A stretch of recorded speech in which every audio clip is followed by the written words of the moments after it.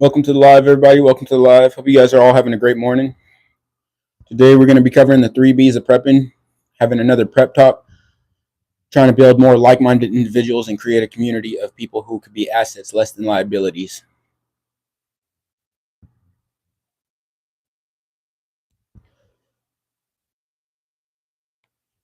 So, yeah, hope you guys are all having a great morning. If you guys are new to the live or new to the channel, just so you're aware, this is a preparedness prepper channel. So, we talk about preparedness for your everyday citizen, trying to gear them into being a prepared citizen. This is not a military ran channel, so I am a civilian, just a prepared citizen, trying to spread the word to more people. But yeah, hope you guys are all having a great morning, and thank you for tuning in. Once we get some more people in here, we'll start covering some more topics.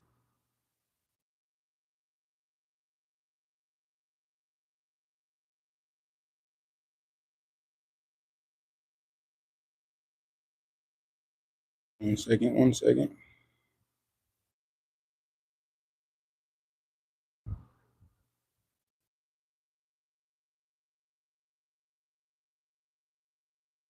What's up, Atomic? So yeah, guys, this is a prepper page. So we talk about preparedness for the everyday citizen. We try to gear people into being more prepared for any possible scenarios, possible situations that are foreseen or unforeseen. Welcome to the live, Cyber. Welcome to the live, Benitez.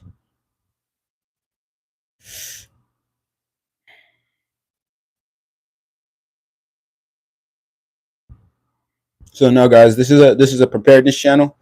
I talk about prepping and prepper topics.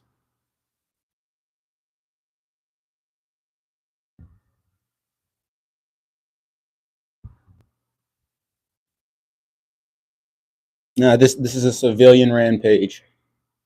I'm not in the army or any military branch. So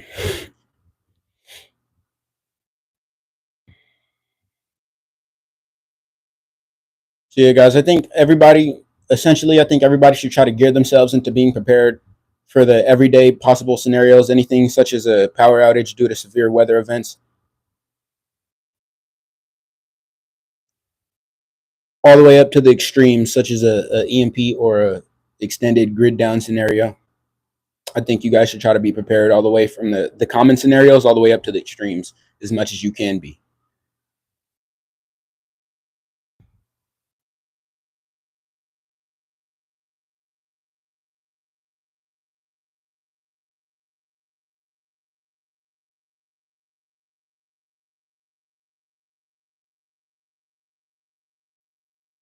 Yeah, that's what we talk about. I don't know what your username is, but yeah, guys, that's what we talk about on this page here is emergency preparedness. This is a prepper page. We try not to get too deep diving into the weeds of any crazy conspiratorial, like conspiracy type topics, but we'll talk about things that are kind of extreme here and there. But I like to talk about being prepared for Tuesday less than being prepared for doomsday most of the time, you know. Though we do like to talk about being prepared for the extremes, such as um, Teotihuacan type of events without rule of law scenarios, we still want to prepare for Tuesday, you know. And with that being said, preparing every week, you'll prepare yourself for the more extremes.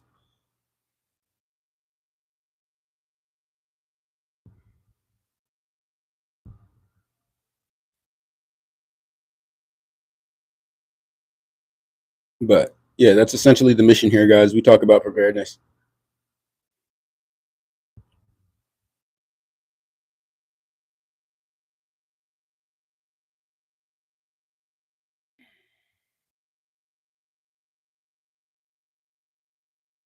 And thank you for tuning in from Australia.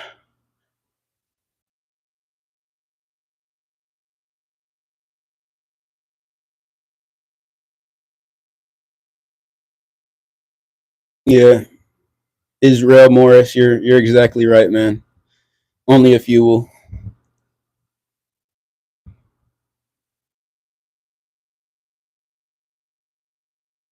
Yeah, everybody should definitely have a ham Everybody should have a ham radio.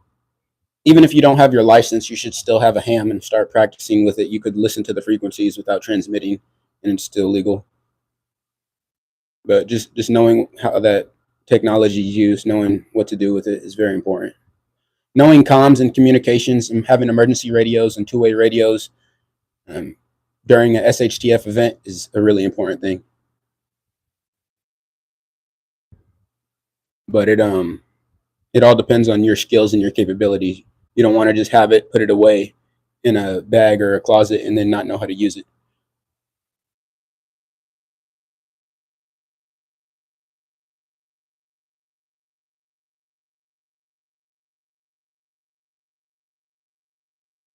But yeah, where did I learn this from, man? I just try to learn every day. I learned a lot of stuff from other people with more experience than me, some military veterans, some civilians with experience in this topic.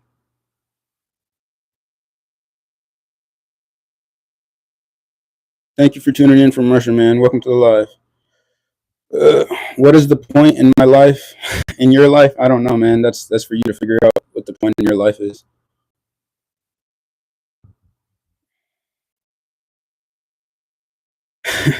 That's for you to figure out, my brother. It's not my journey. I'm just trying to help guide people into being more prepared.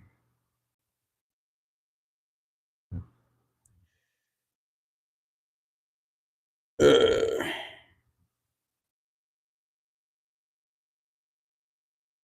yeah, I'm not worried about nothing, Israel. I mean, there's a lot of bullshitters on the internet, so I just take everything with a grain of salt. I would usually be live on TikTok right now, but some snowflakes banned me, or they got me suspended on there because of the stuff I talk about they don't like. Yeah, man, learning Morse code is definitely a good thing to have. Definitely makes you more of an asset than someone who doesn't understand that type of thing. There's lots of things that you could bring to the table to your community to be an asset. It doesn't even have to necessarily be involving Minuteman or guerrilla fighter type capabilities. But yeah, yeah, I don't know why they suspended me saying for firearms and dangerous activities. But anybody who's watched my page knows that I never show firearms on TikTok. At least I show some stuff on YouTube because I'm allowed to do that. Not on the live, but on YouTube I show some firearms on my videos and stuff. Not on live streams and on some shorts I may have. But on TikTok I don't do that because I know their guidelines. And I guess somebody just reported me because there's like too much of a snowflake to hear what I had to say without it hurting them. More mags. I don't only got 3 mags in here, man. I rock a 6 mag loadout. I just have 3 that are showing, but I got 2 right here and 1 in the gun. That's just my carrier loadout, though. But yeah, essentially what we talk about here, guys, is preparedness, emergency preparedness for the everyday prepared citizen. Trying to gear people more into being a prepared citizen versus being a liability if something does happen to them or their community. I want them to be able to be an asset to their family and people around them.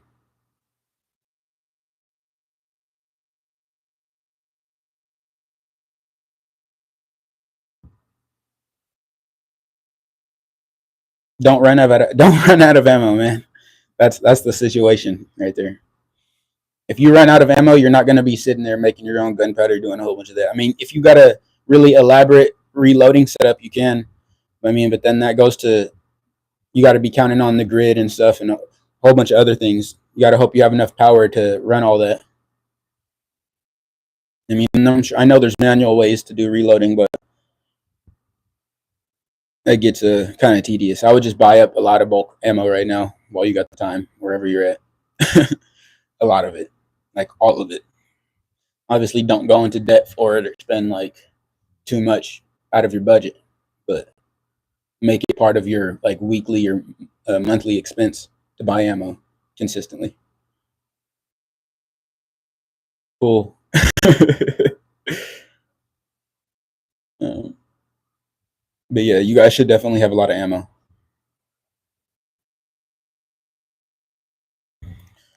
Uh, I say like everybody, if you're a prepared minded individual, if you think of yourself as somebody who's into emergency preparedness or would like to be prepared for said scenarios, when it comes to your defensive capabilities, I think everybody should have 1,000 rounds on hand at all times of all caliber, whatever caliber they own. And if you own multiple firearms in the same caliber, then you need 1,000 rounds per firearm that you own in that caliber. So if you own two Glocks that shoot 9mm, you need 2,000 rounds of 9mm at the minimum. Same goes with ARs and everything else. But like some certain odd weapons, that doesn't really have to apply. Like if you have a 6.5 Creedmoor, I wouldn't say you instantly got to have 1,000 rounds of that. But it all depends on all the basic common calibers. You guys should have 1,000 rounds or more per weapon. Airsofts are useless unless you're using it for training. An airsoft gun is not going to do you any good. So.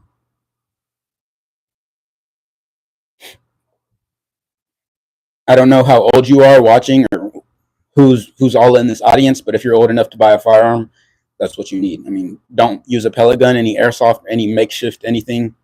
Use real firearms that are quality, reliable firearms from good manufacturers.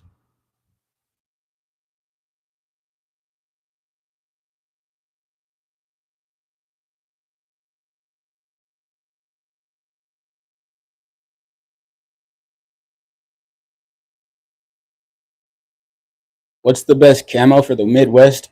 I mean, it kind of depends, man. It depends exactly what your terrain looks like in your backyard, per se. I mean, you may have like different natural vegetation where you're at versus where somebody else is at, a couple cities over or whatever. So, yeah, I mean, there's a whole bunch of different camos that could be useful. It also depends on the time of the season. If you're in the summertime, winter, spring, most camo patterns could most like camo patterns that will work in the summer will work in spring and other seasons.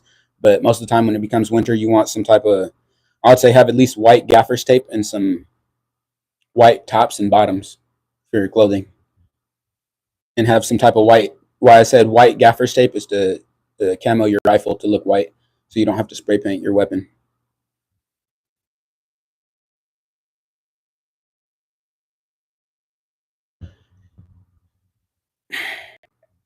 Sophie, this isn't a military stream. This is a stream for prepared citizens. So I wouldn't know. I'm not somebody who plays as someone who has been to combat. I wasn't in the military. So we talk about preparedness for prepared citizens. This is an emergency preparedness channel. But yeah, I'm sure they do use snipers in combat.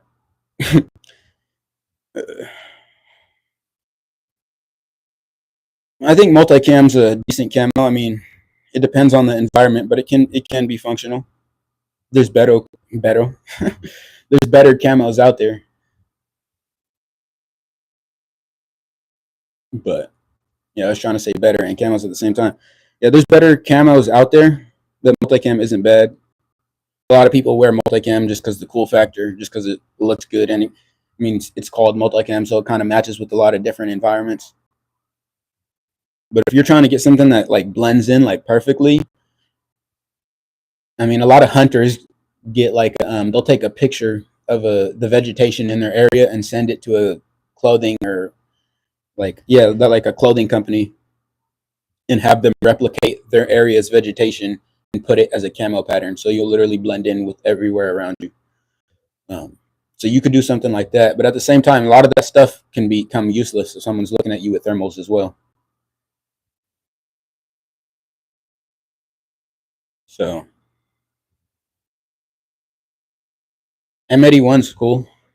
M81 just has a vibe to it. I mean, I like it just because of the nostalgic value, and it can be functional sort of in certain environments.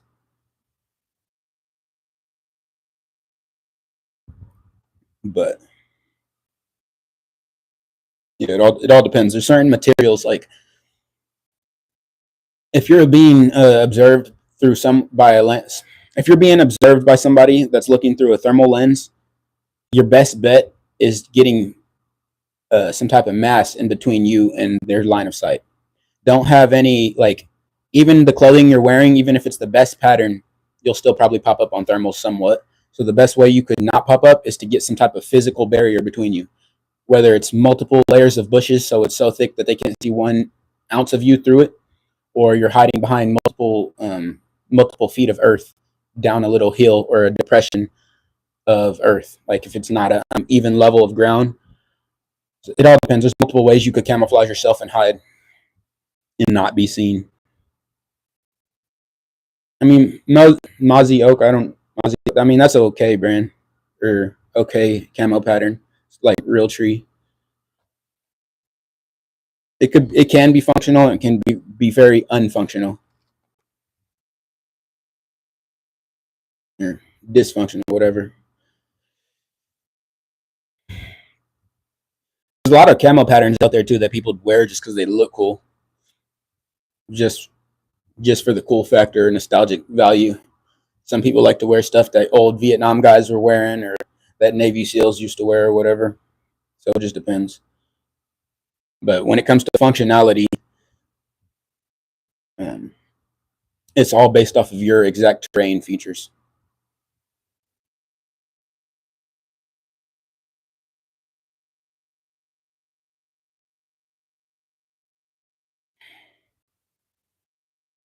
I don't play games, little bro. Yeah, you're tripping. This is a preparedness channel, man.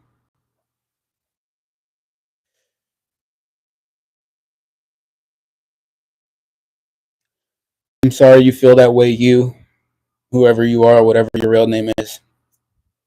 I don't represent the American government, though. So, I mean, you can feel you want to feel. Seems like you're brainwashed by the media. Yeah.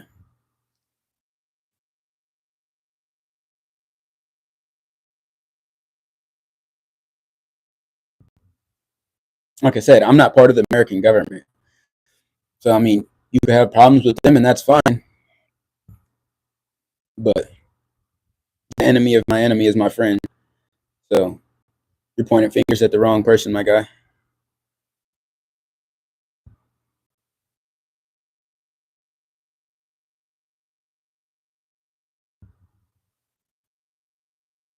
Hey, Susie, welcome to the stream. All right.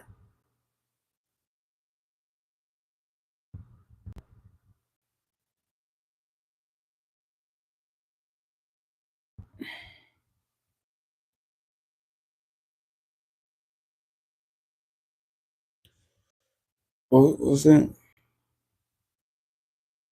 It's not something I'd like to disclose on here, but I own what's necessary. I'll put it that way.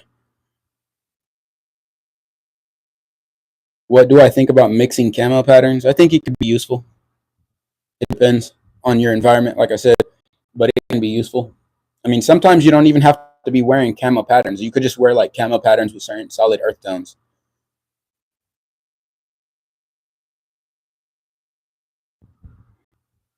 I mean, yeah, everyone should have an AR-15 if you're in America, I think. If you're in America and you don't already have an AR-15, you're kind of behind. You're kind of lacking behind the curve.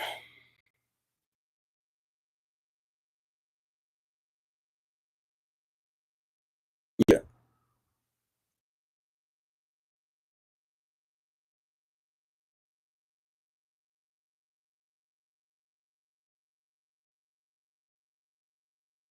Uh, Glocks are fine too. I mean, there's a lot better handguns out there, but they're not a bad option.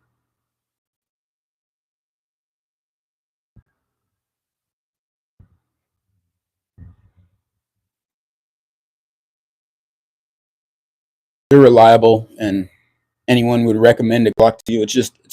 It's based off of your preference. If you don't have any experience with handguns, then yeah, I'd say a Glock would be probably one of the best first handguns for you to buy. But it's all based off of your experience. Some people have shot Glock so much that they feel that they need to upgrade to something else to equal their capabilities. But I mean, if you're a good shooter, it doesn't really matter what's in your hands. You can make most of anything work as long as it's not like a high point or some straight garbage shit. And even then, if you're a good shooter, you could probably shoot a high point better than other people.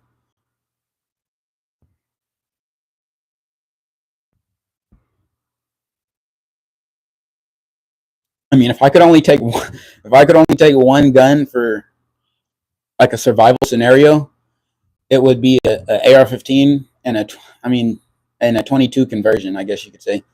And that's still technically one gun, but it's just a backup bolt conversion, so you could still shoot 22 through it. So you could carry more ammo for it. And if you want to take some small game or something, you're not putting a 5.56 through a squirrel and destroying it. All right, you have a good one, man.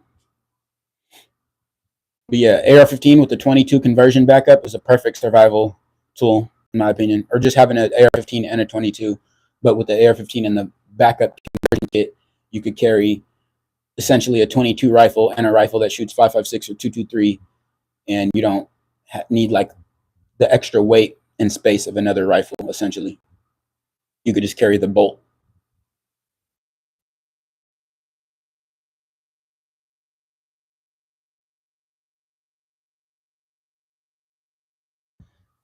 But yeah, I did a video recently on my YouTube channel, on my, not my shorts, but my long form videos, titled Top 5 Guns I Think Everybody Should Have Post SHTF.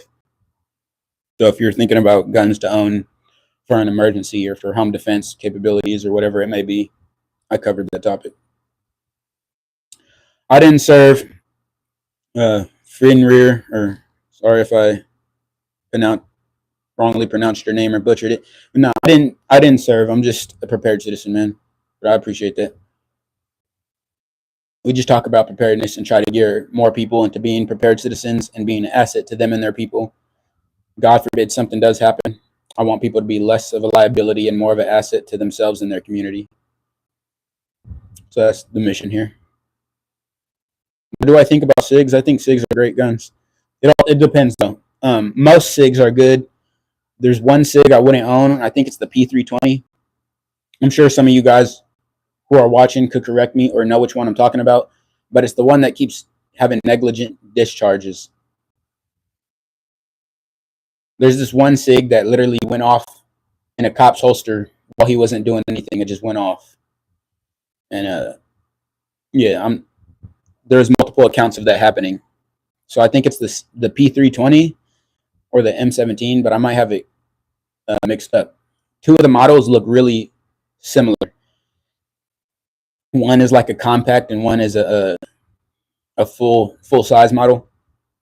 But one of those recent SIG guns that got released has been having negligent discharges consistently.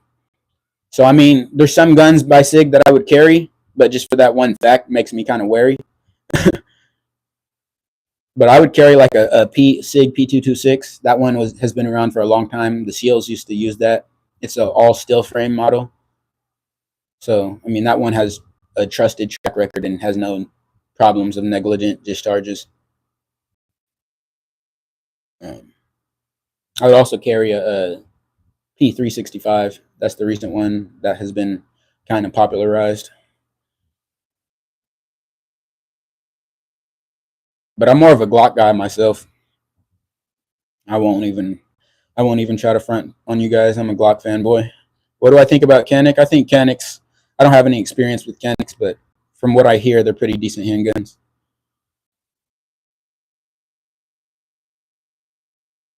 Well, 9mm has better penetration than 45, statistically. And after the hollow points have been developed to the point that, God, I can't speak. After hollow points have been developed to the point that they are today, it's not really necessary to carry a 45 over a 9mm due to the stopping power factor. It's all just like mental masturbation, honestly. It's guys who thinking their gun is better because it's a bigger bullet. That's all it is. If you get hit with a 9mm in the chest versus a 45 in the chest, you still got a hole in your lung or your heart from either round. And if you get hit with the hollow point of either one of those rounds, it's going to do just enough damage. I mean, I've tested it on meat and bone in ballistics gel test where I've mixed animal matter with it. So yeah, I know they're effective. Anything from a rifle is going to be automatically more effective than any handgun round, though, because most handgun rounds are only going to leave a temporary stretch cavity. Some of them will leave a permanent stretch cavity based off of how violent the expansion is and the velocity of that round. But most rifle rounds, even if it's not a hollow point, like a 5.56 full metal jacket M193, it'll fragment just from the velocity itself of how it's traveling. It usually yaws inside a target, which means it spins and it basically shits out some lead out the back of the cannelure. Yeah. So you don't, with rifle rounds, you don't even really need a hollow point just because the bullet is traveling so fast that once it hits soft tissue, it basically it creates such rapid expansion inside soft tissue that it creates a permanent stretch cavity. The velocity creates a giant bubble that rips and tears tissue. Sounds kind of gross, but it's some good science.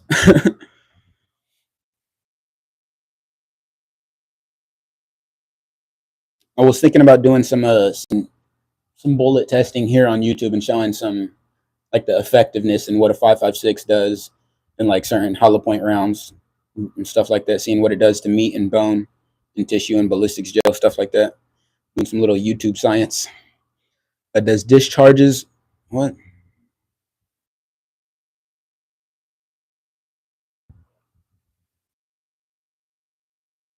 I wasn't able to make up what you're trying to get, man.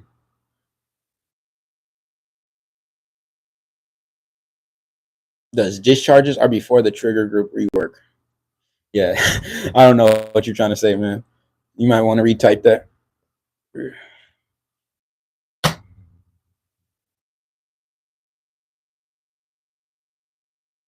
Yeah, I was thinking about it. I might. Um, I got a bunch of hollow points and defensive ammo that I just have sitting in a bag for testing or just to get fired down the range because I'm going to cycle through it. Some old rounds, some old ammo that I was carrying in mags from some years ago that I just wanted to cycle through. So I'm either going to do some testing on them on like a pork shoulder or like take like a section of a rib cage of some rib meat, put it in front of a ballistic gel and see what it does to the rib meat mixed with the gel. Yeah, man. I mean, yeah, those are the two most common ARs: AR-10 and AR-15, one in 308 and 5.56. You kind of got all grounds covered that you need for distance engagements, unless you're trying to go to like something like 1,000 yards, and at that point, you might as well just get away. But I mean, 308 could go up to 800 easily still. I mean, even I think it could even reach out to 1,000. It's just not the recommended round for that. But I may be butchering it. I'm not an expert on that round.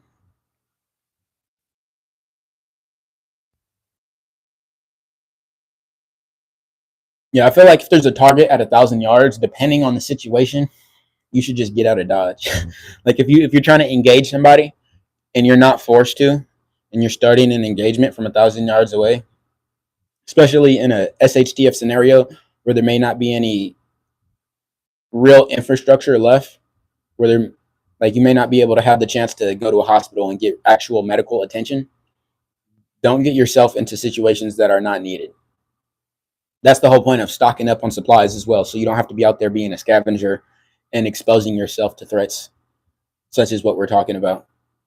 And that's not to say that those threats may not come to your door one day, even though you had good moral character and weren't out there scavenging trying to harm other people. So it's good to have defensive capabilities, but don't go seeking any trouble because then you're just asking for it.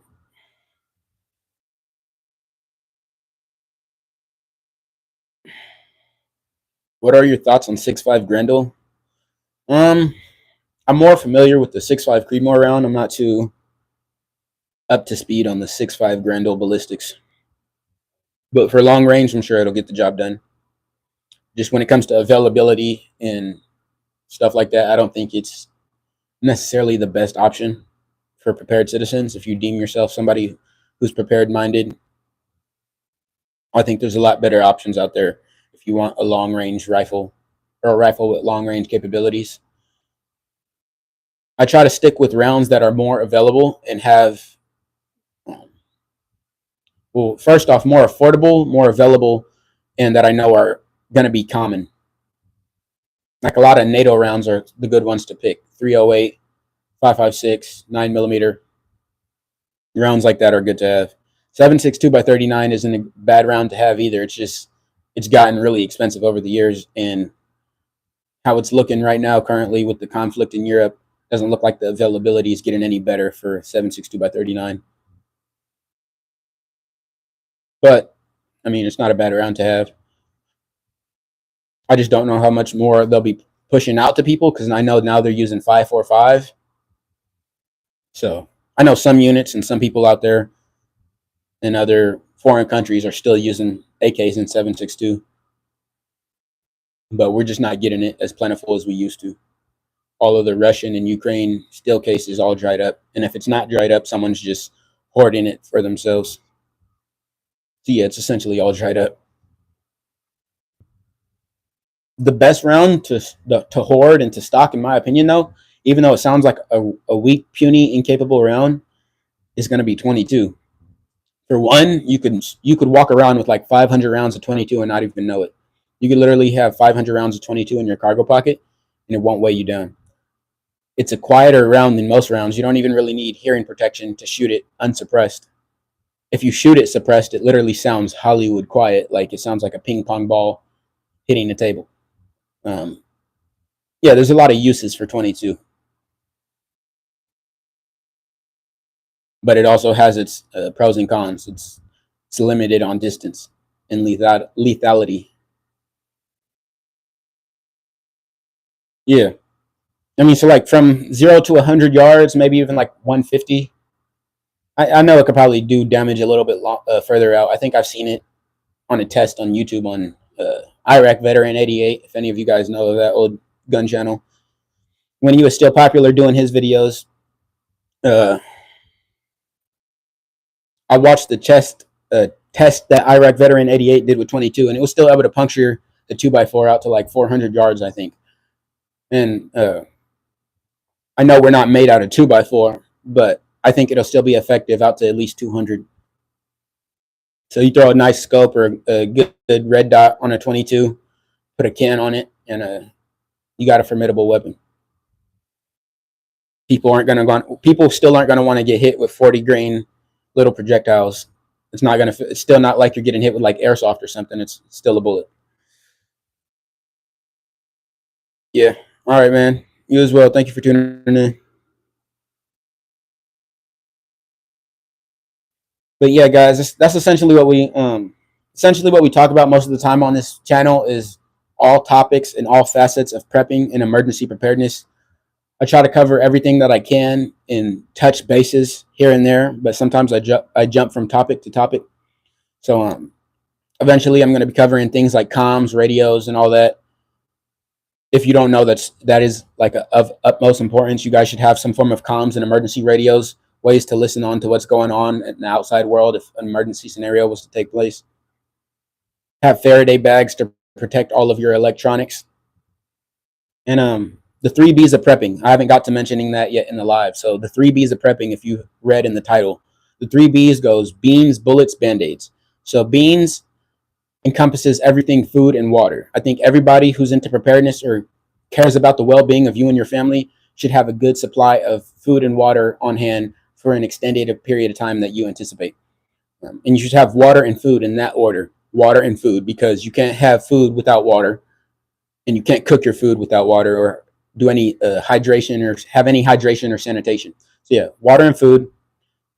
Beans, bullets speaks for itself. Have some type of way to feed your weapon systems and have defensive capabilities. So make sure you have bullets, make sure you have magazines and ways to feed your weapon systems.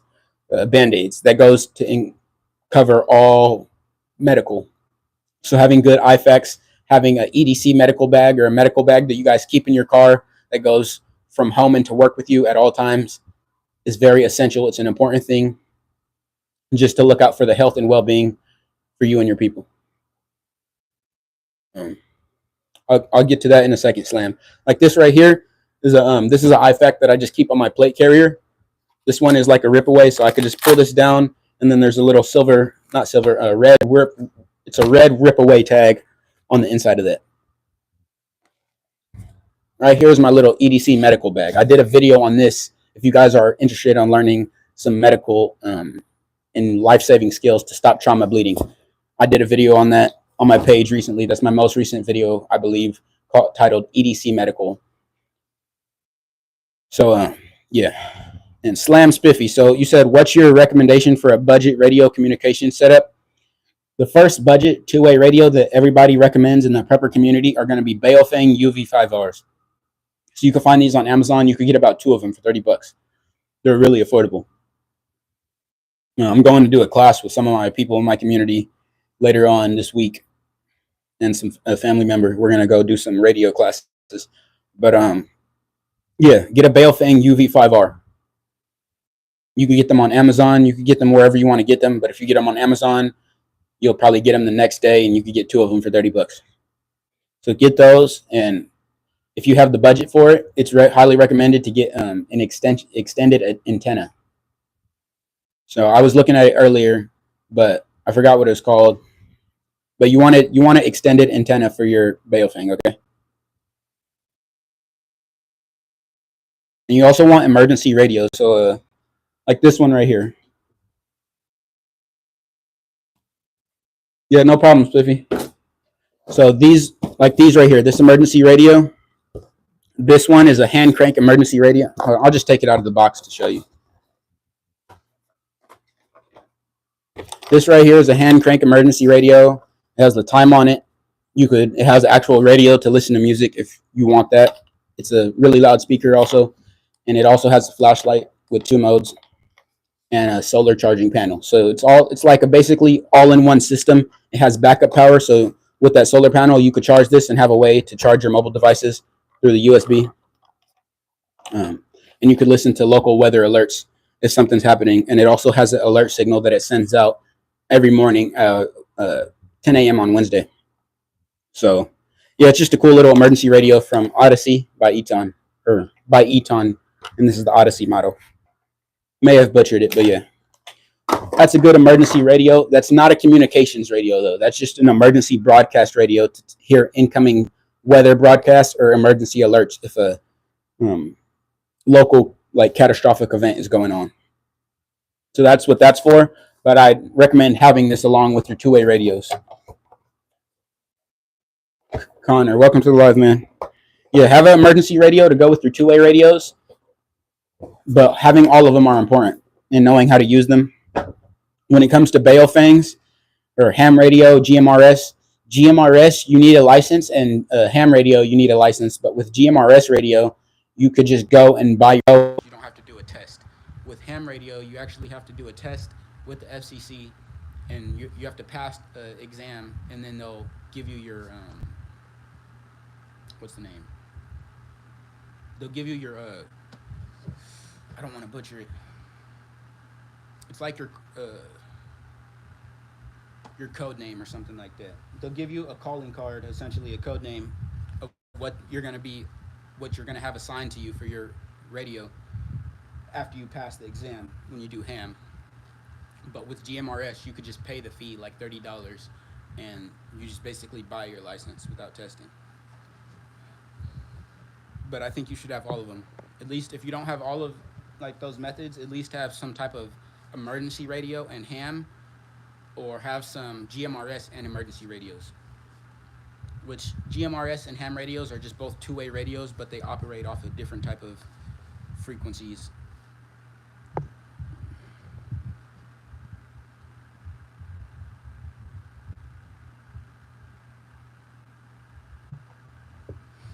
Yeah, man. I would just keep considering it.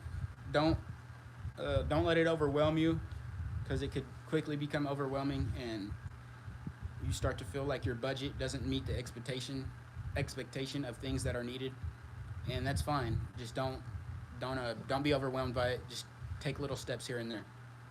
Place a brick whenever you can, and before you know it, you'll have a whole pyramid or wall built, and you just keep going. I could tell a lot of people, like, you don't have to have a big budget or a lot of money to prep. You could start prepping for as little as $50 a month.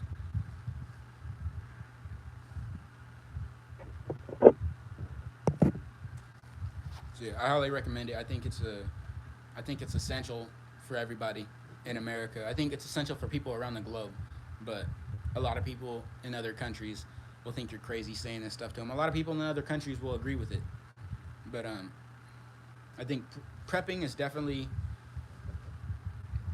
a good idea. Just as as a person, as a human, having prepared plans in place for you and your family.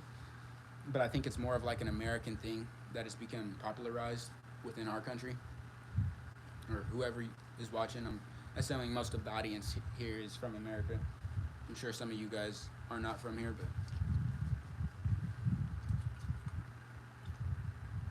yeah, man.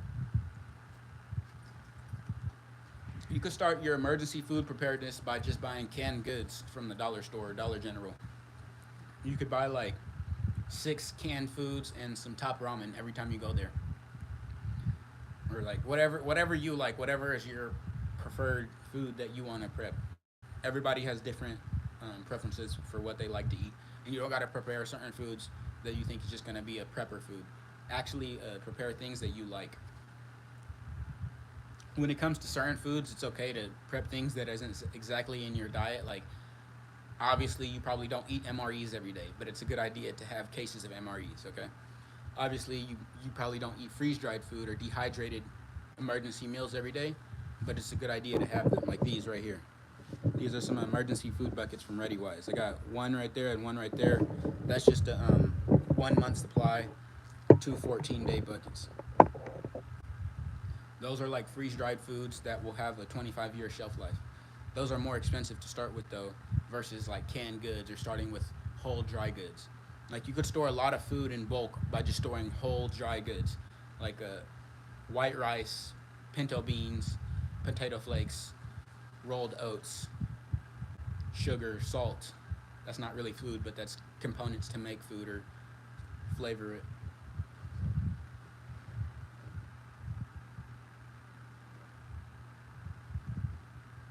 Yeah, that's what's up, man. That's a good start right there. Most people don't even have a 1 month or 2 month supply, so a lot of people don't even have 2 week supply. But you're at a good head start, man. I'll just keep it up. Make sure you stay consistent. Don't let yourself feel any burnout. But don't stay too consistent at the point where it's all you anticipate. Just have a good medium. Like I said, do it every like 1 week out of the month. Spend $50 on it, or whatever your budget fits. You may be able to do more than that. I think everybody should have more water. That's one thing that a lot of people don't focus on enough. Is the emergency water aspect. I think emergency water is more important than the emergency food, because if you have emergency food and you have just enough emergency water to hydrate, then you're not going to be able to cook, or you're not going to be able to hydrate and eat. So you're going to consume a lot more water than food, essentially, is what I'm getting at.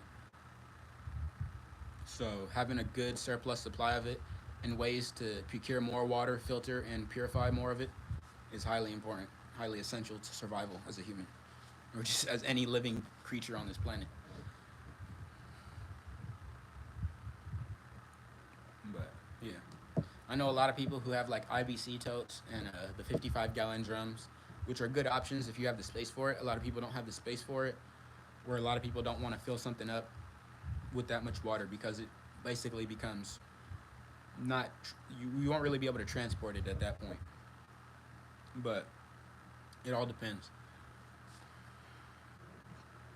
A lot of things like IBC totes are good for like rain collection systems, or if you already live in like a rural area or in a suburban neighborhood where you have a space to store a lot of water in your backyard or in your garage, then those are good options.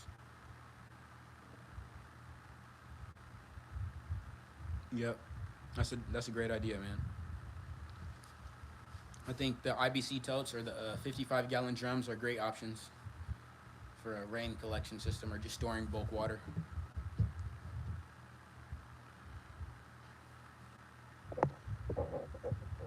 You could also create like a gravity fed system for like a automatic watering system for your garden if you have one or if you're planning one in the future out of IBC totes.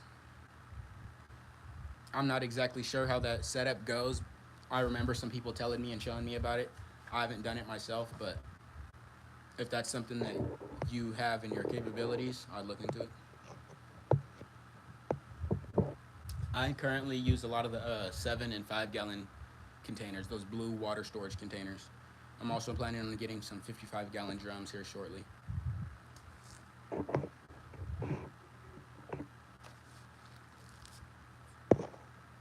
But yeah, everybody should have a good supply of food and water on hand, some good defensive capabilities, and a good stockpile of medical supplies. And not just medical supplies like trauma gear to stop massive bleeding. Have everything from like the basic medical supplies like stuff for a small laceration or cut, and even antibiotics and medication. So you want anything from a common boo-boo kit all the way up to an extensive trauma kit to stop a massive bleed. But you also want medication like antibiotics, pain meds, stuff like that. Certain things that are not easy to get as well. Yeah, like if you have any family members or know anybody or you yourself, this is not legal advice. But if you have anybody that has pain meds, store some away. It wouldn't be a bad idea. At least like have a good like week supply worth.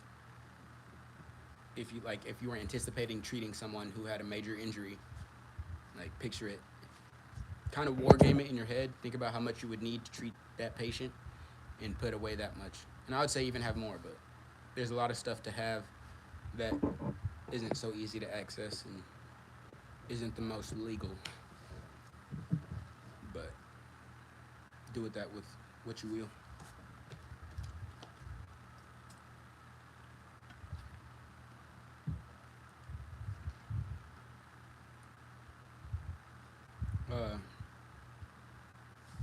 Uh, Spiffy, if you don't mind me asking, how did you come across the stream? This live stream currently. Were you already subscribed to the channel, or did it just get like recommended while you were on YouTube or something? I'm really interested. I kind of surprised in like how people get recommended to my streams and channel and stuff. What the audience gets selected through.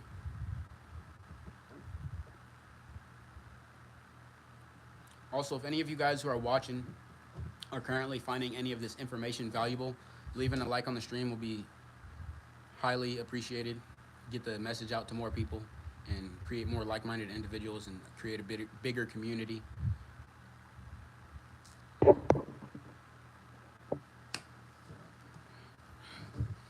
You've been watching this whole time, but you don't know what's the goal here, man? What have you got from being here so far?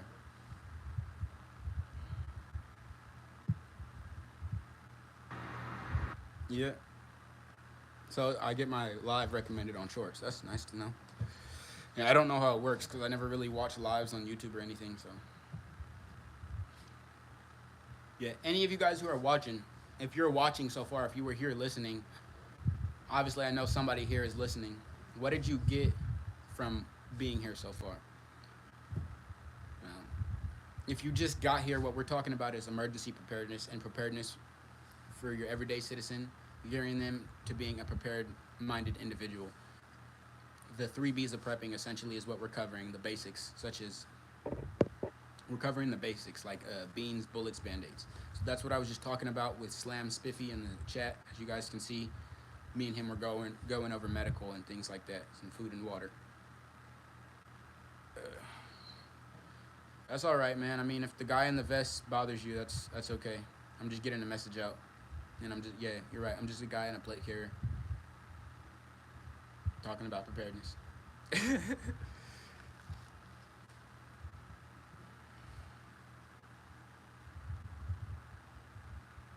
I get that there's more people out. Yeah, there really is, man. It's hard to find like-minded individuals though, so I understand the point you're coming from. You really got to go out there and seek them. Some people, a lot of preppers want to stay silent and private about what they do for good reason, but there's a lot of good people out there. You just got to meet them.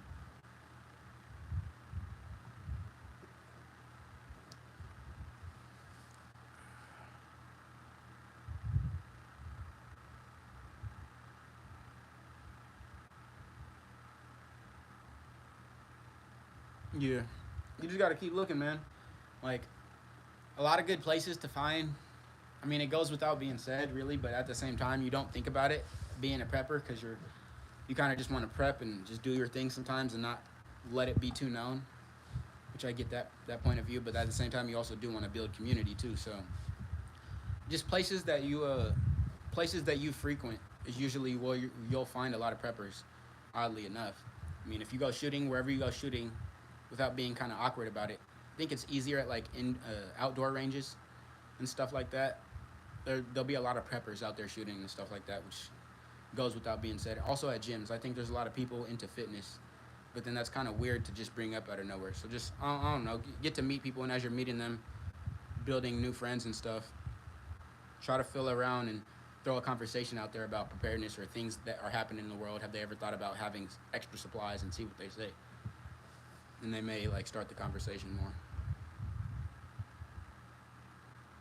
Yeah, yeah, same here, man. I like to go camping and stuff like that, and use my stuff in the woods and have fun. So I try to have fun with it as well. It's not something I just do for like the end of days. That's a lot of thing why people get burnout from prepping because they only do it for like the end of days. They're preparing for an apocalyptic scenario. I do this just preparing every Tuesday. I mean, this is kind of how I live my life, and it doesn't hinder me from living my life. If you get what I'm saying, it's just part of my lifestyle. So I like being in the outdoors. I like talking about prepping. I like trying new emergency foods and going over these topics and conversation with my family and my community. But obviously, there's still other stuff in life. I just don't bring my personal life onto the internet, or try not to as much.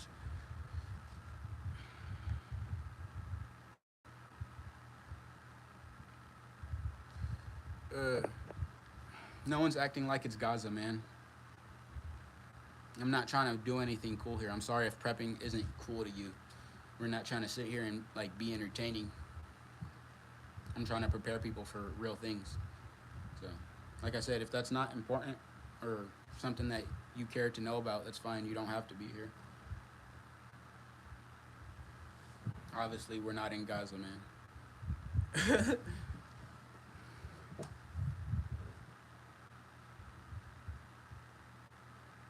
Exactly. People have the wrong perception about preppers, and I see some people in the prepper community sometimes talk about the want to experience chaos or some type of form of anarchy, and it turns my stomach honestly sometimes. And I understand that point of view as a human, as people, it's kind of like their natural instinct. But at the same time, there's people who are seeking trouble, seeking disruption in our society, and that's a problem. They're not going to help anybody within their community or themselves. Um, yeah, I just don't think it's a good thing. I want to perpetuate normalcy for me and my people. That's why I prep. Not because I want something to happen and I want to be some kind of warlord and have the more control versus everybody else. I just want to perpetuate normalcy and not have to be a scavenger and struggle if something does happen and be a threat to other people and myself. I mean, it's very common for people with our type of mindset. It's common sense for people looking at it from the outside in. They don't understand what it is like and what it means to be a prepper and how you're actually bettering the community and society by trying to help people do the same. They think of it as like some tinfoil hat theory shit until something happens. And then they need some sort of preps or they realize the importance of it.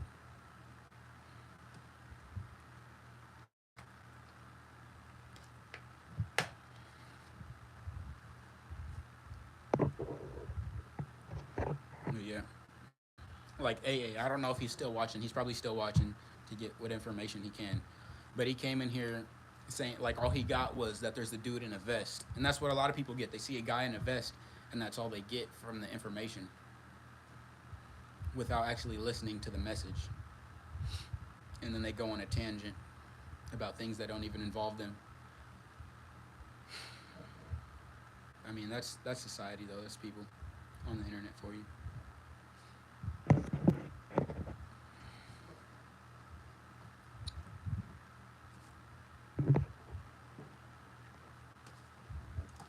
But yeah, I just did my most recent video, Spiffy, or anybody who's watching. I don't know if anybody who's watching considers themselves a prepared-minded individual or somebody who's into emergency preparedness for them and their family. If you are, I just did a video on this bag recently, right here. This is my EDC medical bag, my IFAC. I keep a mini IFAC in there, 2 tourniquets, like 4 wound packing gauze, and a bleed stop pouch. And it's essentially just a main boo-boo kit and trauma bag that I carry with me every day if I need to give somebody else first aid or apply first aid to myself. From anything to a boo-boo all the way to an extensive trauma wound.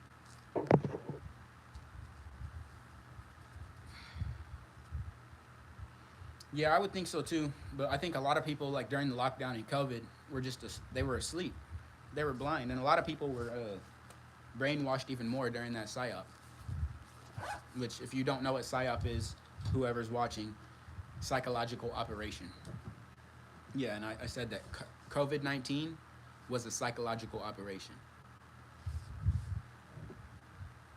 I'm not saying it wasn't a real thing going around, which I believe it was, but I think it was a real thing that went around to psychologically fuck our people. And not just the American populace, obviously, it was global. But it was meant to globally fuck people's brains and make people comply. I mean, it is what it is. Some people fell victim to it, some people didn't. Yeah, man, I got IFACs everywhere. I got one that I carry on me. I got one I keep in the car. I got a bigger IFAC that I keep in the house. And then I got more medical spread out besides that. Medical is a very important thing to me. I don't ever want to be in a situation where I'm watching a family member bleed out and they're just in a puddle of blood because I was too worried about other things to not learn first aid and have the stuff ready. Because I know that will be the reality, and it has been the reality for a lot of people, unfortunately. I just don't want that to be me. I don't want to fall victim just because I didn't take the time and effort. Like, another thing I think is really important when it comes to preparedness is fitness. Being physically fit, having some form of cardio and strength, being able to carry your own weight around, and maybe even more weight if need be, like a plate carrier and a rifle, and even more. Most of the time you don't want to carry more than that, depending on the scenario, for too long, because then you'll just hinder your own movement. But just being able to carry a certain amount of weight, having good cardio, having a good healthy heart and physical health is very important. To me, that's the most important preparation, is taking care of your physical health and your well-being, which a lot of people don't like to talk about because it's not the most exciting thing, and a lot of the time it forces people to focus on their downfalls and certain things they don't like to pay attention to. But it's very important, and you can work on fitness at any time. All you need to get fit is the ground below you in your body. And you can start doing sit-ups, you can start jogging in place, push-ups, whatever it may be. Go buy some cheap dumbbells from Target or something and start lifting some weights while you're watching Netflix. Or you could just watch Netflix and eat some nachos, whatever is your choice. I'm just trying to spread this message to people and help build more prepared individuals and more like-minded individuals. I would be at the gym already right now this morning, but I wanted to go live to help make some more people aware.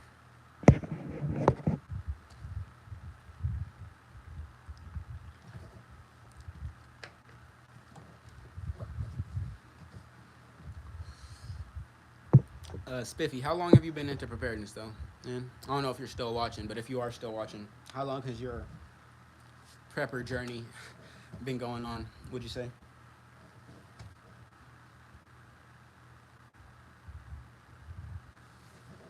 I wonder what, like, everybody else is in here watching for, because I know there's like 20 people. and sometimes more. It keeps fluctuating from like 20 to 40, 50 or something like that, who are watching and they're not saying nothing. So I don't know if it's like they're just waiting for what this weird guy in the plate carrier has to say, or they're actually interested in what I'm talking about. Either way, it's thank you guys for spending your time on my life. Yeah, I'm just going on a schizo rant about preparedness though.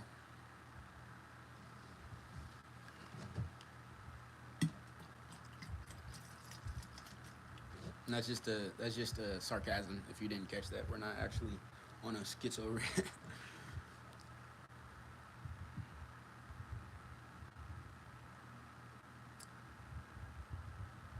Yeah, that sounds pretty good, man. About a year and a half. Yeah, I just don't know where like how people don't see the writing on the wall in today. And I know how because I got family members and friends who don't see the writing on the wall, and it's unfortunate. It sucks. I mean, so I know that's the reality of most people.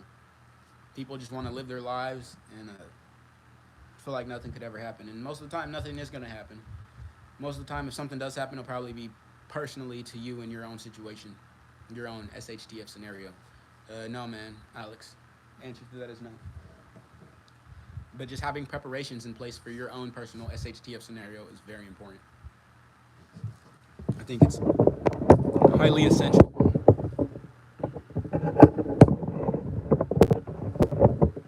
Yeah, no, we're not in the military, man. Just a prepared citizen channel here. Talk about preparedness and try to gear more everyday citizens into being prepared citizens. Oh, damn, the mic turned off. How long has the mic been off? Oh, shit. I didn't even know my mic was off. 1 second, guys. I was using this mic right here, but it's off. I don't know if it died or what. So now you guys just hear the loud ass PlayStation fan.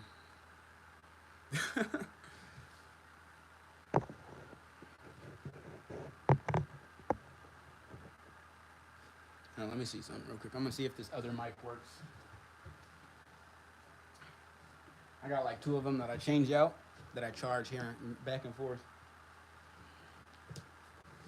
1 second.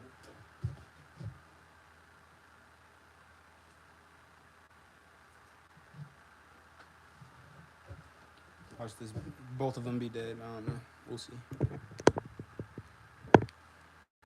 Hey, if you guys can hear me now, comment 5x5 in the chat.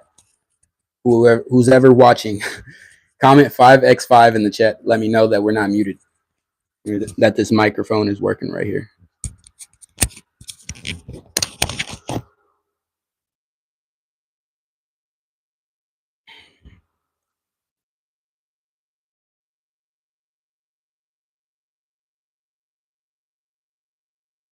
All right.